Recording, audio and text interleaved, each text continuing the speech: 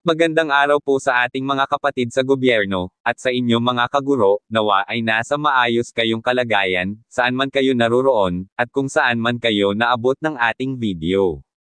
Marahil ay isang masaya, at nakakagandang balita, ang i-share natin ngayon, dahil marami sa mga congressman natin ang nakakapansin sa matagal ng panawagan ng mga guro, tungkol sa salary increase, kaugnay dito.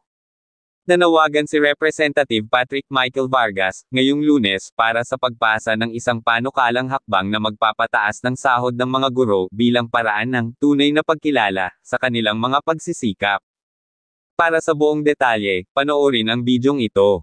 At kung bago po kayo sa ating channel, mangyaring paki-subscribe, like, and share, at paki-hit na rin po ng notification bell para maging updated po kayo ng mga ganitong information, at narito ang detalye. Solan urges Congress to approve measure on teachers' pay hike, ipinablish ni Maricel Cruz sa Manila Standard.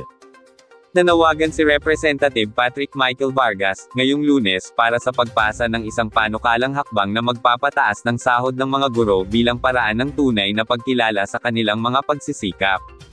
Nag-file ang kinatawan ng Quezon ng House Bill 4070, na naglalayong taasan ang minimum na antas ng sahod ng mga guro sa mga pampublikong paaralan mula sa kasalukuyang salary grade 11 na katumbas ng 25,439 pesos kada buwan, hanggang salary grade 19 na may katumbas na 49,835 pesos kada buwan. Upang tunay na kilalanin ang ating mga noble teachers na humuhubog ng mga isipan ng mga bata na bumubuo ng bansa, kinakailangan nating siguruhin ang kanilang kompensasyon ay tugma sa kanilang trabaho. Umaasa kami na magkakaroon ng magandang balita hinggil sa kanilang pagtaas ng sahod sa panahon ng World Teachers Day sa susunod na buwan, ani Vargas, isang Assistant Majority Leader. Ang hakbang na ito ay nananatiling nakabinbin sa House Committee on Appropriations. Nagtataguyod ang mga samahan ng mga guro para sa pagtaas ng sahod mula pa noong ika-18 Kongreso, na sinasabing ang Republic Act 11466 o ang Salary Standardization Law of 2019 ay hindi sapat para mapanatili ang pag-angat ng presyo ng mga bilihin. Sa kabilang dako, pinuri ni Vargas ang Department of Education at ang Department of Budget and Management para sa kung ano ang tinawag niya matagal ng inaasahang paglabas ng 11.6 bilyong peso, performance-based bonus para sa mga guro sa mga pampublikong elementarya at sekundaryang paaralan sa iba't ibang rehiyon sa buong bansa. Ang lahat ng mga guro ay mga performer sa kanilang propesyon. Sa kabila ng mga pagsubok na kanilang kinakaharap, sila'y nagagawa pa ring magpatuloy sa paghahatid ng edukasyon sa ating mga mag-aaral. Sila'y nararapat sa lahat ng papuri at insentibo, sabi ni Vargas.